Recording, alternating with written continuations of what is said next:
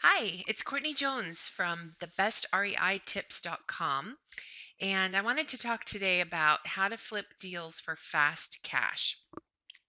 So, no matter what I'm doing or who I'm talking to, one of the first questions I always get is, yeah, I don't really have enough money to buy property or to invest in real estate, or I don't have enough money to market in real estate to get good deals or, those types of things. Most people are looking for fast cash to get started, particularly people who've never done anything and are just trying to get started. So these are the 7 exact steps that I would take if I needed $10,000 in 30 days or less. So for me, it doesn't matter if I was, in need of buying a car or just wanted to take a family vacation or had a stack of bills that needed to be paid, whatever. These are the 7 exact steps that I would take if I needed $10,000 in 30 days or less. So basically, what we're going to be talking about is wholesaling. And wholesaling is a super easy way for you to learn how to invest in real estate and learn how to start doing deals as easy as possible. Okay. So, wholesaling, what is it? Well, as I said, it's the fastest, easiest, most predictable way to make five to $10,000 cash in 30 days or less. And I really do mean that. The fastest, easiest, most predictable way to make five to $10,000 cash in 30 days or less. Okay. Yes, some people will make a lot more. You'll hear stories of people who made $100,000 on a wholesale, and you'll hear about people who've made $1,000. But on average, you can make easily five to $10,000 in 30 days or less. So, really, how does the concept of wholesaling work? Okay, that's what I want to kind of cover with you. So, really, what you're doing is bringing together someone who has a house that they need to sell with someone who wants to buy the house, and you're getting paid for the matchmaking. And typically, this happens in 30 days or less. Sometimes, and most often, 2 weeks or less. Okay. So, you're the middleman. Your job becomes really threefold: that's finding the deals, negotiating the best price for those deals, and then networking to sell them. So, as a wholesaler, the skill sets that are important to you are finding deals. And whether you do that through some form of marketing like direct mail marketing or pay per click advertising if you have money to invest, or you do it knocking on doors of pre foreclosures that you find on Zillow for free. Okay. Whatever methods you choose is up to you, but you find the deals as a wholesaler, then you negotiate with the seller to get the best price, and then you're going to network with cash buyers or hard money people who use hard money to sell those properties as quick as possible. And typically those people that you're selling to are rehabbers. Oftentimes they'll be landlords as well, but it could be either or. Okay. So the key things there is you're looking for people who need to sell. These are not just your average everyday people who put their house on the MLS to sell. These are people who need to sell. They have a situation that causes them to need to sell right away. Okay. Oops. Sorry, went back one too many. Here's the thing about the year. I put this on here. Let this be your year. I it's this is something that anyone can do if you put your mind to it. Wholesaling is not hard. In fact, it's very simple. I wouldn't say that it's easy because there's a lot of skill set involved. There's a lot of tenacity more than anything that's involved, but it is very simple. And it's not something that you can really complicate unless you try, unless you're one of those people who's always, but what if this, but what if that, but what if this, you know, you have to have some faith in yourself. You obviously have to know that you've got some good foundational understanding, which you'll have by the end of this training. And it doesn't matter if it's that you're looking to make money to pay for college education, if you're somebody who's into fancy cars, if you just want to spend more time with your family on the beach, hanging out, if you're looking at retirement years, or if you're just really wanting to make more money and put yourself in a better financial position so you can help others. All of those are admirable reasons to do all of this, and it can be done by anybody. So why not you? So you can let this be your year so that you're not having to continually always want for those things. Now, there's an old saying about people moving towards pleasure and away from pain. So these things here that I've represented are all the pleasure. Okay, more time with your family, paying for college, sitting around the beach, helping others, fancy cars. If that's your stuff, that's great. If that's what motivates you, awesome. But a lot of people are just simply motivated by moving away from pain. If you're just sick and tired of being sick and tired, you're sick and tired of sitting down in front of the computer or a stack of bills or however you do it month in and month out, and having to finagle and juggle all those bills and credit cards, and I need to get a new zero down credit card so that I can move this stuff over to here so that I can survive for the month. Or you're sick and tired of just working 40, 60, 80 hours a week just to make ends meet and never get to see your family or spend time with it. Those are all great motivating reasons to move forward with this. This is something that you can do, and I'm going to show you the steps right now so that you can get started doing this on your own. And you don't need to fancy, expensive coaching programs. If you want help, then it's available. But you can do this on your own. You'll have everything that it takes when you're done here. Now, here's the exact 7 steps to fast cash success. Okay, and we're going to break each of these down a little bit more, but I just want you to have the highlight right off the bat. Okay, so 7 steps to fast cash success. Number one, build a buyer's list. Now, this is something you're going to continually be doing. Okay, you're not going to wait to do numbers 2 through 7 until you do number one. You're going to be doing these simultaneously. Okay, and it can all be done simultaneously, because building a buyer's list is sort of like doing laundry. When you do laundry, you don't put a load in and stand there by the washing machine for an hour waiting for it to finish and then move it to the next level, right? You put a load in and then you go do some other stuff. You go dust the house, or you go vacuum, or you run some errands, you come back, whatever. Building a buyer's list is the same type of thing. Okay, you're going to continually be doing that. Number two, finding deals. Okay, there's tons of different ways you can find deals, and we'll talk about some of those. Some of them cost money, some of them take time. It depends on the situation that you're in. If you have the money to put into it, will you get results faster? Absolutely. Will you get more results? Yes. Will you have better deals? Yes. Because if you got to put your time in, then that's a lot of sacrifice you have to make. And obviously, that's a bottleneck, if you will, to your success. But if you don't have any money to get started, that's the best you can do. That's better than nothing. Okay. Number three, get the property under contract. Okay. So that means you got to negotiate with the seller. You got to get the best price, and you have to have good rapport building skills. In my coaching program, one of the things I do is spend almost a full week with people role playing and helping them learn to build rapport. Building rapport is so often overlooked as a training mechanism in this business, but it is really one of the top 3 skills you must have to be successful as a real estate investor. If you can't build rapport with people, then you're going to have a real hard time in just about every business model as a real estate investor. So, getting the property under contract means negotiating the best price. In order to negotiate the best price, people have to know you, like you, and trust you. And that's not about the house at all. That's not even about the numbers, to be quite honest. It's about the individual, the seller, and how they feel about you as a person. Number four, you're going to offer that contract to your buyer's list. So you get the property under contract, you have a screaming deal on a property now. Now you're going to go to the people that you've been talking to and building in your buyer's list and offer that contract. Okay. Number five, you're going to get an assignment form and an earnest money deposit.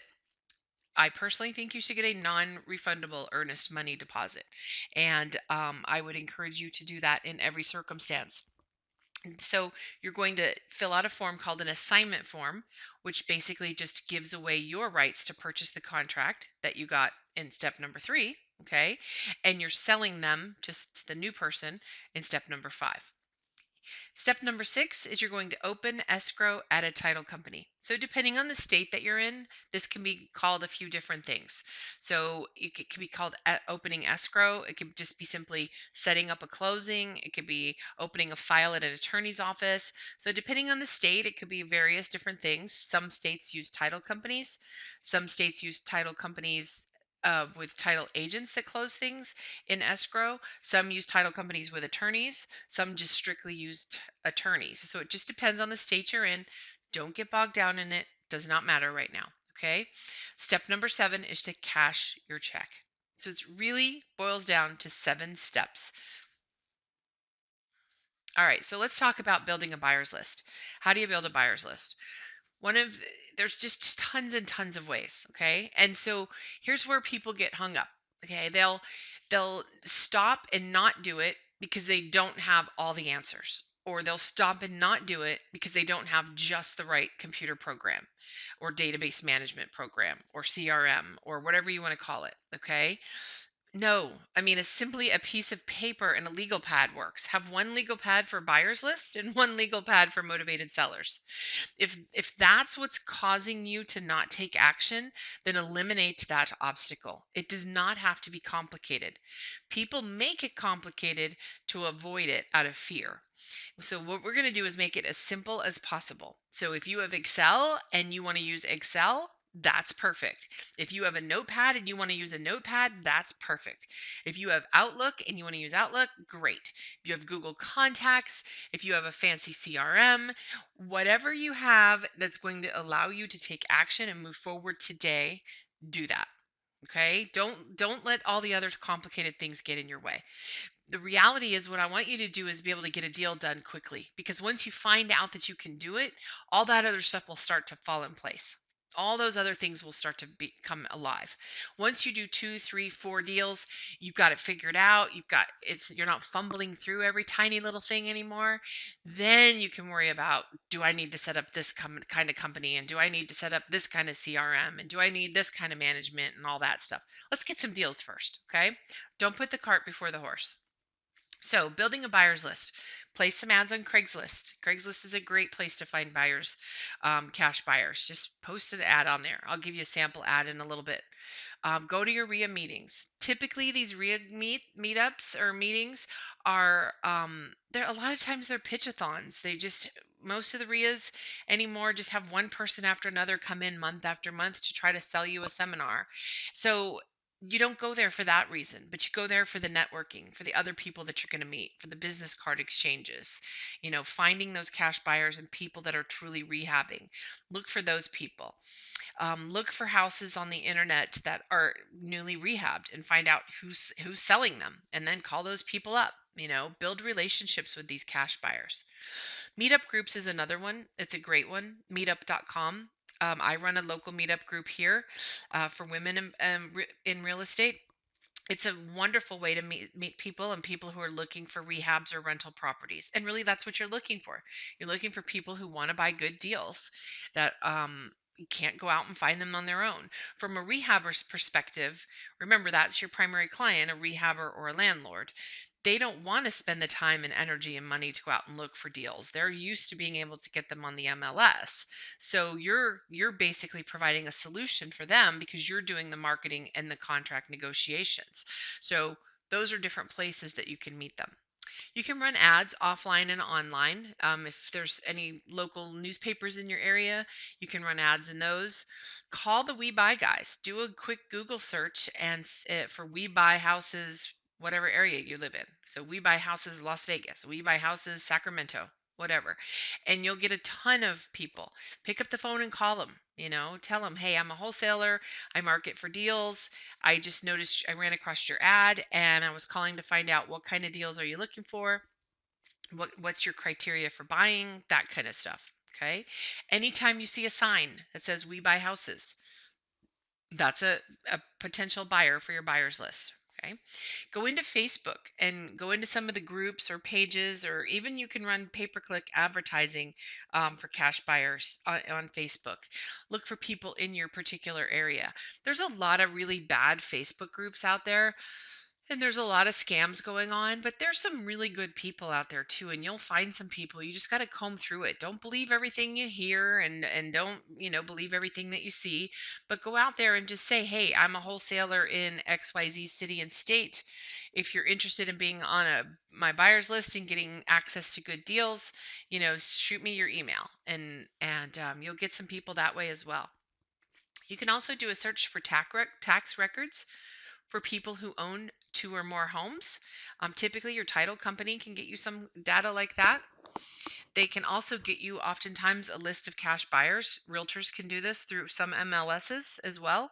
And then there is cash buyers lists that you can purchase, that you can get access to. So you could do a search for cash buyers in your area that have bought a house of cash in your area. I typically like to look at people who bought 2 or more, because that's more of an investor type. If they've just bought one, they could just be someone who pays cash for their property. But if they bought 2 or more, then oftentimes there's somebody who you would want to have on your buyer's list. Then you can send them a postcard and send them directly to your website to get on your buyer's list if you have one. If you don't, then just send them your phone number and say, hey, if you'd like to be notified of upcoming good deals, 50% off, 60% off properties, then please give me a call. And then also you can go to the courthouse steps of foreclosure auctions in your area. That's a really good place to also find cash buyers. So those are all some good ways to find some. There's tons more, but that's at least going to get you started and help you begin to build that buyer's list. Okay. Now, when you keep a database on these people, here's what you want to know. Okay. Obviously, you want to know their name. You want to get their cell phone number and their email address. Okay. Because primarily you're going to market through email and through text to the people that are on your buyers list. You want to talk to them about what types of properties do they buy, what price range, what specific preferences do they have, that type of thing. Now, I will tell you that a lot of times they're going to be very vague with you in the beginning, and you'll hear a lot of things like, oh, I'll take anything, just send me anything your way. Okay, which is cool. That's great because there are some people who are like that. But try to find out more specifics. Like if somebody said that to me, I'll take anything. What I would say is, okay, so if I had a 1 bedroom, 1 bath in the X area, I might pick a war zone type area in the X area. That's something you'd be okay with. Okay. And if they say, yeah, that's fine, I would say, okay, so do you primarily rehab these and fix them up, or are you holding on to these for rental? So I just want to get some more specifics as to what they're looking for. The more you know about what they're looking for, the more you're going to be able to serve them. And that's the point you want to try to portray in your conversation with them, is that you don't want to waste their time, and you want to try to get them deals that they're going to actually want to see, so that you're not inundating them with every tiny little thing that comes along. Okay, that you want to get real specific with them. So I might say something like, Bob, it sounds like you'll buy just about anything I can get my hands on, and that's awesome. If you had your choice, and like, what if you could tell me what your absolute best type deal was, what would that be? And then usually they'll be like, oh, well, I would want to be in the Glendale area, and I would want a 3 bedroom, 2 bath, and blah, blah, blah. Okay, so then they'll get a little bit more specific. Also, find out what their investing criteria is. Some people that have been around for a long time still go by the old formulas of like 65 cents on the dollar minus repairs, and that's fine. In certain markets where there's super hot markets, it's nearly impossible to find that anymore. Most people have adjusted, if they're experienced, their criterias a little bit. Um, and then landlords also will oftentimes be happy with just a 10% discount. So it's really important to know what their investment criteria is. What are they looking for? What kind of formulas do they run? So like one of the rehabbers I work with a lot, he's pretty happy if he can make 20 grand on a rehab. He's an elderly gentleman. He just does a few rehabs a year to supplement his Social Security. And so his goal is just to make $20,000 per rehab. Now, I have another rehabber who would completely scoff at that. He's like, if I can't make $50,000 on it, I don't even want it to be sent to me. Okay. So obviously, there's some deals where I'm going to be able to negotiate and where the rehabber could make 50,000, and then there's other deals where that's not the case. So I would, you know, dole those out appropriately to those individual people. So knowing what their investment criteria is and what they want is really important. And then what areas are they interested in? If you live in a large area like Los Angeles, for instance, or Seattle or Phoenix, or things like that, New York, there's a big difference between buying on one side of the state versus the other. Does the person want all of those deals all over the place, or is there specific areas that they're interested in? And lastly, you want to know how they're going to be funding. Do they pay cash? Do they work with a hard money lender? or do they have private lenders and plenty of money set aside? And then you want to verify that. Okay, so if they pay cash, I would definitely ask for proof of funds. And be careful because there's a lot of bogus companies out there on the internet where you can get just a quick, easy proof of funds. If you get a proof of funds from somebody, do verify it before you take a house off the market. Okay, if they just send it over to you today and you don't even have a house yet, don't worry about taking the time to verify it. But if you're going to put a contract with them on 123 Elm Street before you stop marketing that property to other people, do verify that cash availability, also the hard money and the private lender. So do verify all of that. Just knowing how they're going to pay for it will help you be able to move forward, so you know the timing that's needed and that type of thing. Okay. So how do you find these deals? Now, again, I said there's a ton of different ways to do it. I'm going to cover a few here. Some of these cost money, some of them take time. The reality is that you can get started in wholesaling for very limited funds. In fact, you don't really need any money. You can put down as little as a $10 deposit when you're buying a house, but then you're going to put in a lot of time. So you have to analyze, do I have the time to put in? Or do I have some money that I can scrounge up to use for marketing methods? Now, you're not going to be able to put out 10 signs and get a deal probably. Okay, I'm not going to say that won't ever happen, but there is a ratio that goes along with marketing. In other words, in most areas, you will spend between $2,000 to $4,500, so $2,000 to $4,500 in marketing to get a deal. Okay, now some people go, oh my gosh, that's ridiculous. I don't have $2,000. I don't have $3,000. But remember, that deal is going to pay you $5,000, $10,000. So if I said to you today, you know, if you give me $3,000 right now, I'll give you $5,000 in 3 days. Would you find that $3,000? How fast would you find that $3,000? Okay. So remember, it's a numbers game. It's a numbers game in so many different areas. You'll hear me say it 1,000 times, but you're going to spend the time or the money somehow, some way. Okay. So you don't need money to get involved. You don't need 10, 20, $30,000 down payments to buy properties or to wholesale properties. But ideally, you have some money to spend on marketing. If you don't, there are ways that you can do it, but again, it's going to take your time and it's going to take longer. So I can send out a mailing campaign and probably have a deal under contract by this time next week if I send the mailing out today. If you're driving for dollars, which I'll explain in a moment, and you're driving around looking for those properties, and then you're having to skip trace all of those or look up all their phone numbers or knock on the doors and do all that, you may be doing that for a month or 3 weeks or 5 weeks before you get a deal. Okay, so there's going to be some sacrifices if you don't have money to put in, but you can still get started without money. Okay, so here's some of the ways you can find deals. Driving for dollars. That's a way that it's totally cheap. You just drive around neighborhoods and you look for houses that look vacant, that show signs of distress and being unoccupied. You can often tell from, I call it a hollowness that it looks like from the outside. Um, Sometimes you can tell by grown up grass, depends on the area. Some cities will cut the grass down and stuff like that, so you can't tell. But you can tell when you're driving neighborhoods. Oftentimes, like everybody's trash can is out except for that house, and if you check it again next week, same thing. So there's ways that you can tell and find vacant houses. And then you can skip trace those by using a skip tracer and find the phone number. You can also use your tax records to some degree and Google a little bit. So it just depends on how in depth you want to be. And then you call those people up and see if they want to sell their house, or knock on the neighbors' doors and say, hey, I'm interested in buying the house next door. It looks like it might be vacant. Do you know anything about what's going on there? You'll be amazed what neighbors know. It's a little scary, actually. You can use bird dogs. Bird dogs is anybody that can help find properties for you.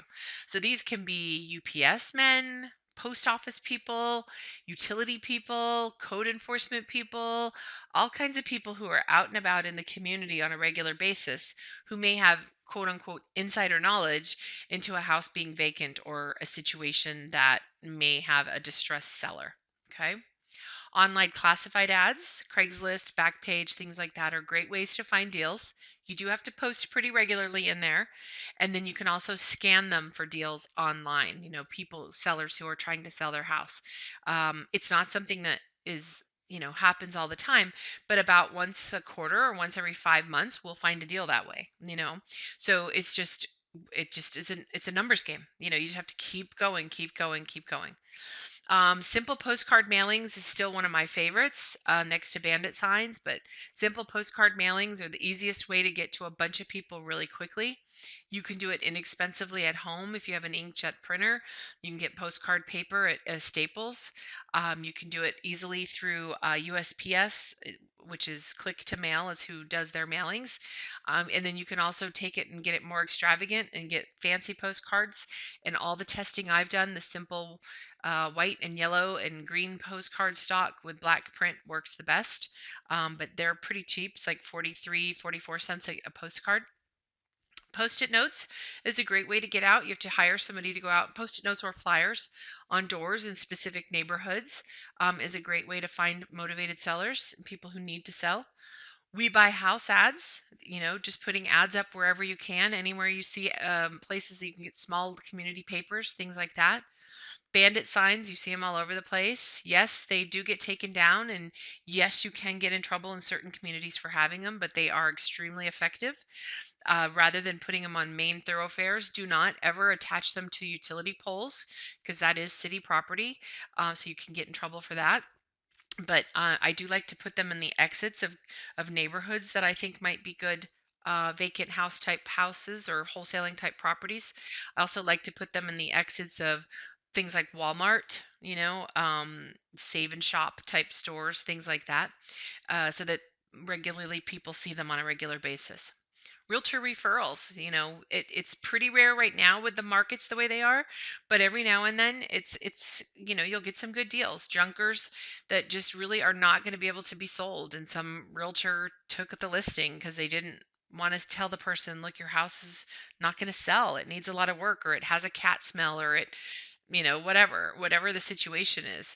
Um, there's a lot of properties that get listed like that. Typically, realtors will list them at regular price because it's their fiduciary responsibility to try to get as much as possible for the house.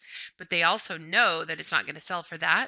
And so if you have a good reputation and you let realtors know that you can, put those properties and get them sold quickly, then oftentimes you can get some good deals through that way as well. It's a little harder in the market right now, but it is something that you can use in the future. Pay-per-click and social media advertising are also some other ways to find deals. So those are just a few. On my Facebook page, which I'll tell you more about later, I do have a list of like 20 things you can do every single day to find deals. So, and they're, I believe, all pretty much free. So things that don't cost you any money. And that's on my Facebook page, which is called The Ins and Outs of Creative Real Estate Investing. So you can go there and get that. So what you're going to basically do is once you find the property, you start talking to the seller, you build rapport with the seller, then you're going to get the property under contract. So you always have to keep in mind your rehabber's buying needs. Okay, so I say rehabbers, it also could be a landlord. So um, when you made all your conversations to them and you were having all your conversations with your buyers list people, you want to remember those. Oh, Susie will take something at 90% because she's a landlord and she just wants a discount. She doesn't, want to she doesn't have to calculate all the rehab costs and the holding costs and all that. She's going to get it rented right away. So she'll take something with just a 10% discount. But, Bob is a full-blown rehabber and he does them up really nice and he's got a full crew and he's an experienced investor. He wants it at 70 cents on the dollar type of thing, so you got to keep those things in mind. But a typical offer would be the ARV, which stands for after repair value, which just simply means what is the house worth after it's fixed up. Okay, so if I fix the property up to the specifications of the rest of the neighborhood, and then I go to sell it, what's it going to sell for? Okay, and you can usually find this out by other solds in the area. Okay, so you'll go and you can use, if you have access to MLS, that's certainly the best option. If you don't, you can use online services such as Zillow and places like that. You can also use RealQuest, which is a paid service that will give you solds. You go and you look at them and you look at the pictures and look at what that house that just sold is the same style as the house I'm putting under contract. It's the same number of bedrooms, same number of baths, same approximate age of when it was built. And look at the pictures. What does it look like? What would it take to get my house to that level? Do I need to redo floors or painting, or am I already there?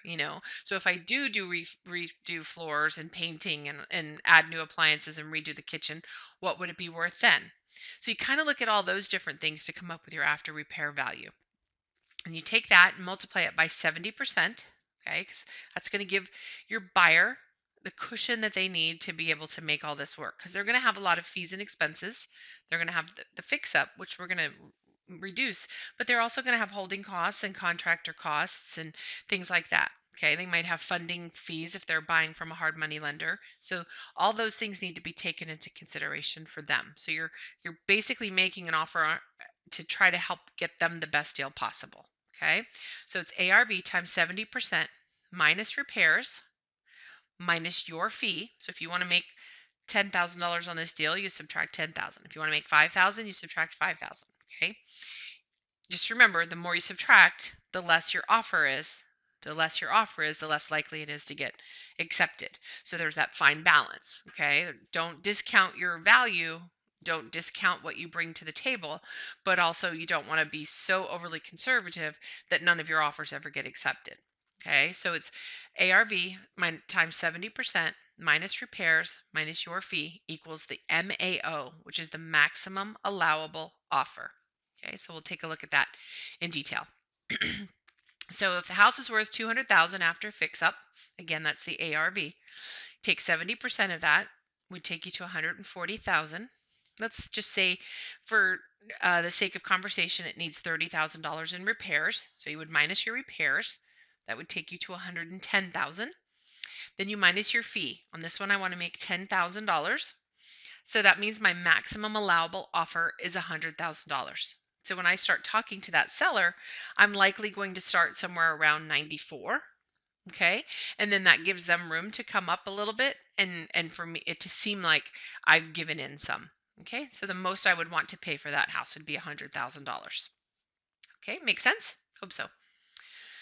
All right, so you're going to get the property under contract. You're going to write up a purchase and sales agreement between you and your seller. And this contract should have the right to assign clause in the contract. Now, in most states, a contract is assignable unless it says otherwise, but it's just a good idea to have a little paragraph in your contract that says you have the right to assign it, and then that way there's just no question. Okay, it's clear. And all contracts should be reviewed by an attorney. So yes, you should spend $150 to have somebody review the contracts to not get in trouble in your area. Okay. There's people who sell contracts and say this works in all 50 states. That is not true. You want to make sure you get somebody to take a look at it and make sure it's going to work for you. Okay. Just to be sure. It's better to be safe than sorry in a situation like this. Okay. Leave yourself room in the contract for an inspection period. Okay. Now, here's the thing. There's a lot of people who teach wholesaling and say, hey, you want to have these 6 weasel clauses in here so you can get out of it if you don't want to buy it or you can't get it sold or whatever. And I don't agree with that philosophy. I don't think you should sit in front of anybody and tell them that you're going to buy their house when you don't have the intention of buying their house. Now, I understand that as a wholesaler, you're not technically buying their house, but you are selling that house to others and trying to find that. And I do think you need to be genuine in that to people. It doesn't mean that I've never backed out of a contract. If I go in and I find something afterwards, like, foundation issues or something that maybe I didn't see the first time and they're not willing to renegotiate, then obviously I will back out of a contract. If there's a $20,000 foundation issue that I didn't notice the first time, and then I happen to go back and then I see this big old massive crack, and now my first thing would be to try to renegotiate with them based on that. But if they're just not willing to do do that, then obviously I'll use my inspection clause to back out of that contract. But I do think that when you sit in front of somebody and offer them to purchase their house, you should have every intention of doing that.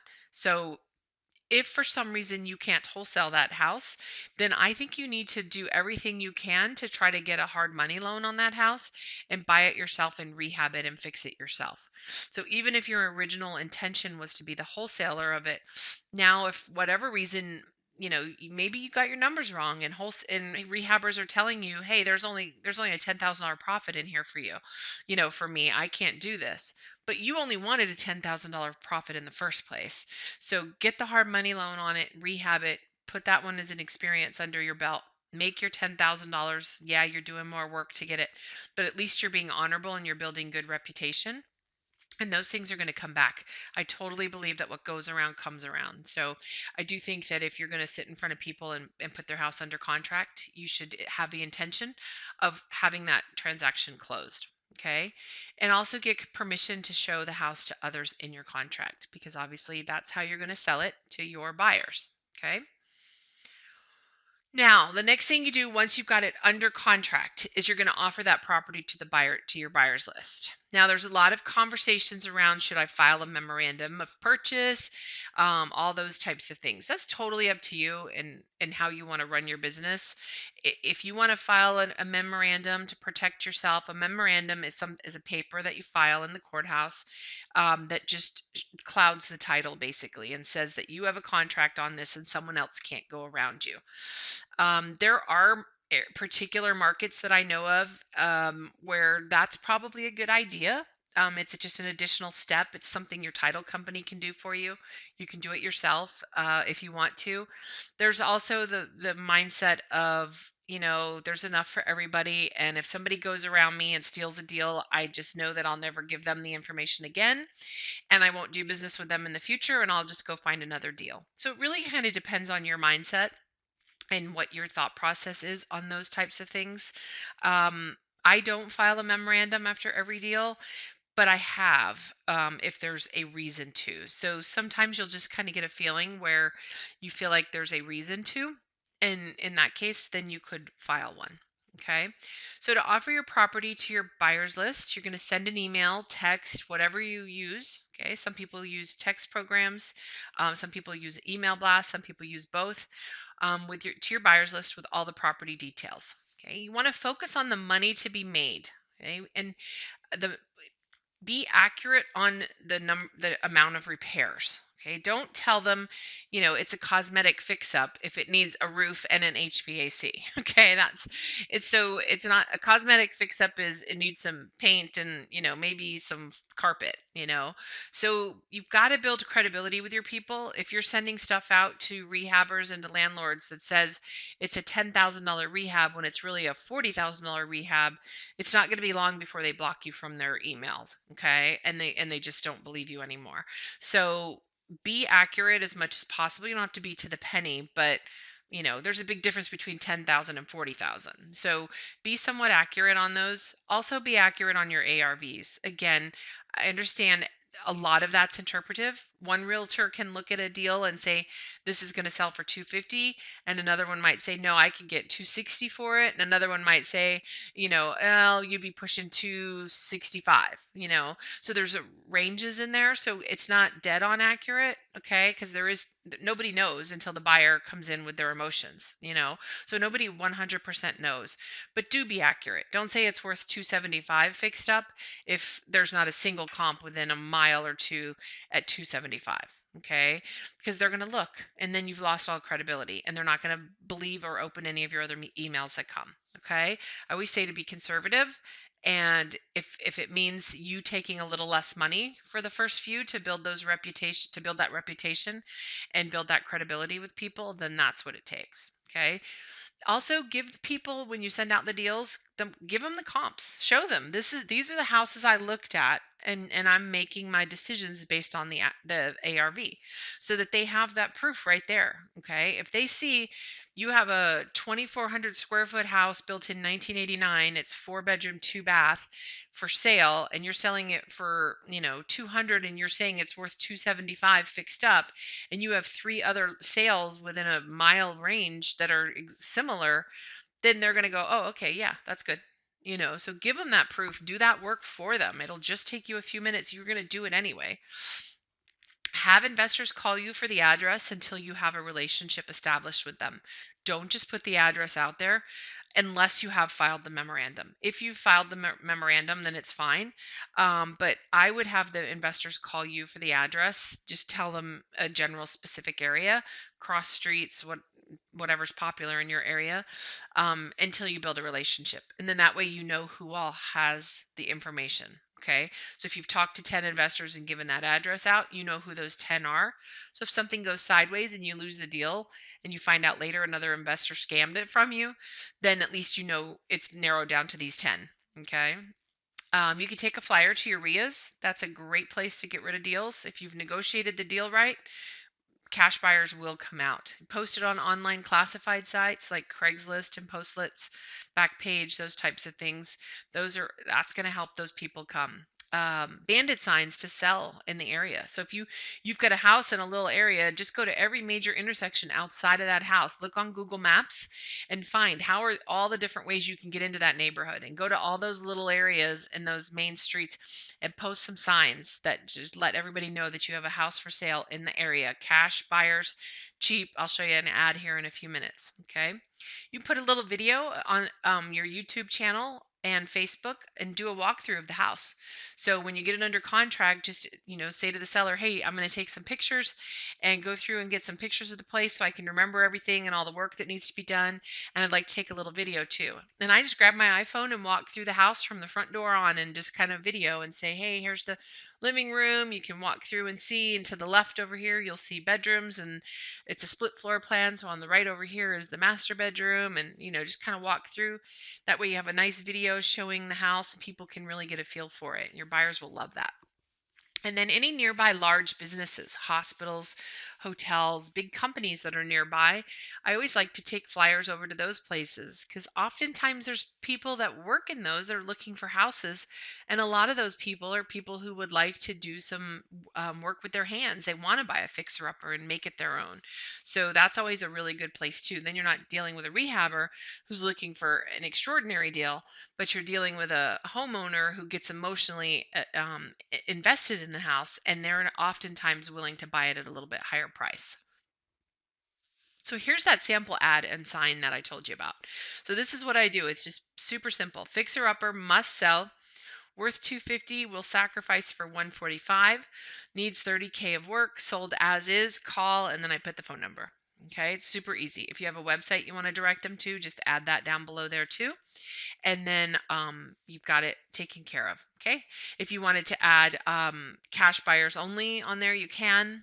It's totally up to you. Just depends on what you're looking for. Now, on showing properties to buyers, it just depends on two things: if it's vacant or if it's occupied. Okay, if it's vacant, as soon as I'm there and I get the contract from the seller, I'm going to ask for a spare key. I always have a few lock boxes in the back of my car, and I'm going to throw a lock box somewhere in the back of the property, and I'm going to put that extra key in there. Okay, so it's super easy. I'm just going to ask him for it right while I'm there so I don't have to worry about it. And then I'm going to put a lock box somewhere hidden on the property. Okay, if it's occupied, then what I'm going to do is I'm going to say to them that, hey, I'm probably going to have a bunch of people that I need to show the property to figure out what we're going to be doing with it, to get some estimates on the costs of repairs, and I might have some other people who would be interested in doing some work on it as well. So I would like to just come in and show everybody the property all at the same time, so we're not bothering you consistently. So can we go ahead and set up a day that works for you? Maybe that you're not going to be here, if that works for you, and then that way we're not bothering you. And then I'll just pick that day And then I'll let all my buyers know, hey, you can come see the house on Friday from 9 to 11. And then it's basically just kind of an open house. So I'm creating a frenzy with everybody there at the same time. There might be people there at one time. There might be two. There might be 10. There might be 20. It just kind of depends. I let them know when I send it out that first X number of dollars gets it. Whatever I decide I want is a non-refundable deposit. And I do ask them to drive by first, but it's just it's just creating a frenzy type thing and making it convenient as possible for your seller or your seller's tenants, which is oftentimes why it's occupied. Okay, so you're going to make sure that you market the contract and not the property. So if you're not a licensed agent, then do not market the property. You're marketing the contract. So if you've been on any Facebook pages or anything, there's talk every now and then you'll see it pop up about how wholesaling's illegal and stuff like that. Um, so what's illegal, quote unquote, is that in some states crack down on this harder than others, but what's illegal is that you're not allowed to market a property that you don't own, okay, unless you're a licensed realtor. So with most contracts, you're getting equitable interest in the property, and so you can market the property. But in some states, they're getting a little strict about it and saying that you can't market the property. Equitable interest doesn't give you a right to market that property. So what you want to make sure you do is that you're just offering the contract. So what you're doing, remember, is getting the contract on the property with the seller, and then you're assigning that contract to another buyer. So if I put the property under contract for $100,000, then I'm saying to you, hey, if you will give me $10,000, I'll sell you my rights to this contract, which means now you are in it for $110,000, because $100,000 to follow through on the contract that you just agreed to take over, and $10,000 to me for the right to buy that contract. Okay, so that's really what you're doing, is selling the contract, not the property. So when you hear people talk about that, that's what they're referring to. It's because most people market them incorrectly. So you're going to get an assignment form and a check. So you're going to complete an assignment form. It's a super simple document that just says, your name, am assigning my right to purchase 123 Elm Street via purchase and sales agreement signed and dated on X date, and for the amount of X amount, non-refundable certified funds to, and then your buyer's name. Okay. And your title company can give you this form. You can find them at the office supply store. You can find them online. It's really not a complex form. And again, because you're going to spend a few dollars and have an attorney review your documents, you're going to make sure that it's legit for your area. Okay. So I would recommend that you get a non-refundable certified funds or cash for the to take it off the market. And remember that they're buying your rights to buy the property under the terms and conditions that you agreed to with the seller initially. Okay, so they're paying you basically an a, for lack of a better term, finder's fee, but it's not really a finder's fee. It's an assignment fee for finding and negotiating the deal. So don't discount your worth in this deal. There's a lot of negative talk about wholesalers and how wholesalers don't bring any value and all this kind of crap. And that's, are there some wholesalers that don't bring value? Absolutely. Are there some wholesalers who don't do the things they should do? Absolutely. But there's also rehabbers that don't do the things they're supposed to do, and there's crappy rehabbers, and there's crappy landlords, and all that. So I mean, that's just part of the world. Don't be that person is what I'm going to say. Okay, just don't be that person. Be good, be honorable, and do what you say you're going to do. But this is how you're going to get paid. Okay, you're going to get an assignment form that says you're assigning your rights of the contract to someone else, and they're paying you an amount of money for that. And then you're going to let the title company take care of all this. Okay, that's all there is to it. You're going to open escrow or set up closing, whatever it's called in your area. So you'll send your original purchase and sales agreement to your title company, agent, title agent, or attorney, whatever it is. They're going to prepare the documents. You're going to notify the seller and the buyer of the closing day and time. The sellers are going to go in and sign their documents. The buyers are going to go in and sign their documents. This can be going on simultaneously in one room next to one another. It could be going on at different time. One comes in at 10 a.m., one comes in at 11 a.m. It can be tons of different things. It just depends on your area. It depends on your title company. It depends on everybody's schedule. Okay. Once all of the documents are taken care of, the title company's done all the title searching. They've put everything through all the checks and balances they need to do, and they've gotten all the funds that they need from the buyer that you found, then all the checks will be dispersed and everybody will move on happy. And your seller or your seller who you purchased the property from will get their money.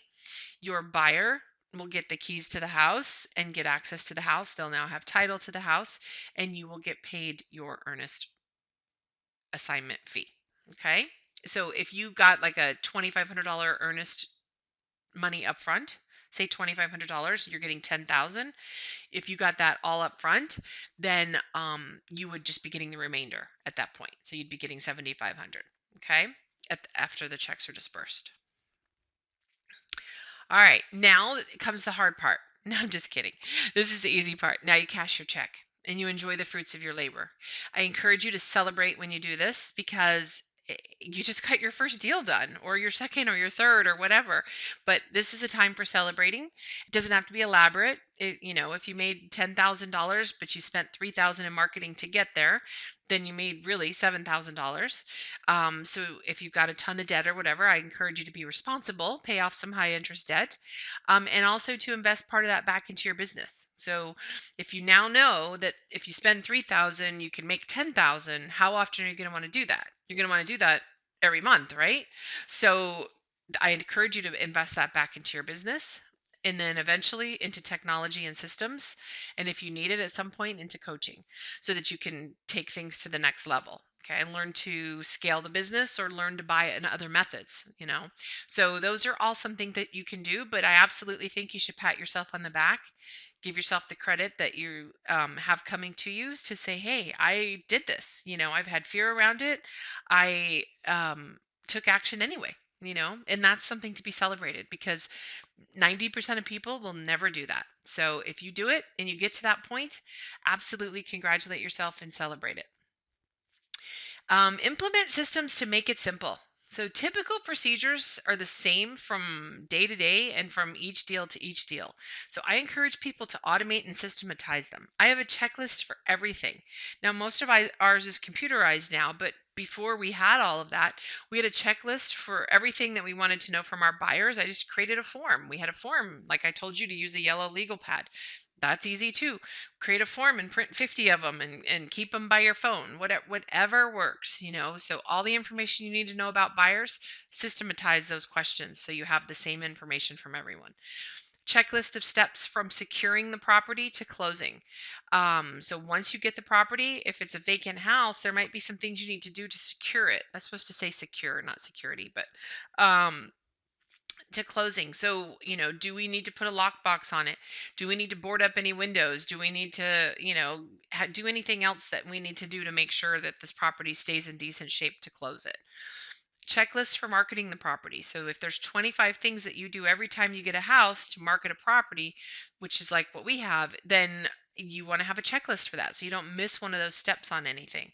So it's super easy. Once you go through these, just start at making a checklist. It can be simply a Word document that has a little checkbox in front of it. So you have these for each time.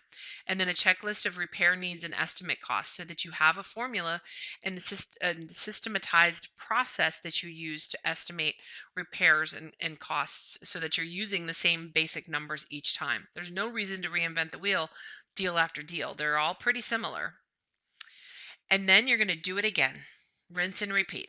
Okay, so as I said, you now know if you spend 3,000, you get 10,000. Okay, in some markets it might be if you spend 2,000, you get 10,000. In some it might be if you spend 4, you get 10. Whatever, as long as you're getting a good return. Typically, you're going to see about a 10 to 1 in a wholesaling type return. So if you're getting that kind of return, then you want to continue to do that over and over and over again. So rinse and repeat. Follow the exact steps that you did. Continue to do them every day, day in and day out, so that you can continue to consistently get deals and close wholesaling deals. Okay.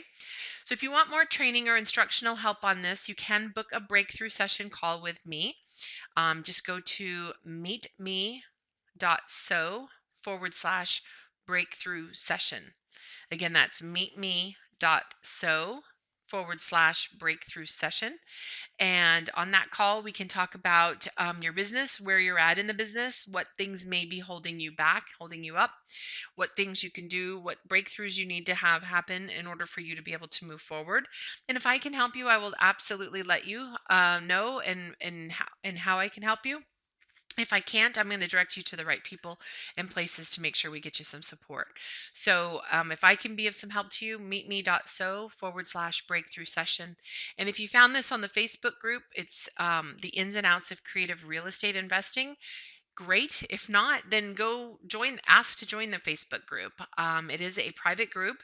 I am pretty picky about who I let in it because I don't want any advertising and I don't want any bad mouthing or discouraging. I want encouraging things, and I want it to be a place of positivity for everybody. But if you're not there yet, then go over and ask for permission to come aboard, if you will, and we'll see if we can let you in and help you get some training and get you going. But I'd love to work with you and help you through this process. And we'll be doing a Q&A call soon to answer any questions that you might have about this training. But thanks for joining me. Again, it's Cortney Jones at bestreitips.com, and I appreciate you being here.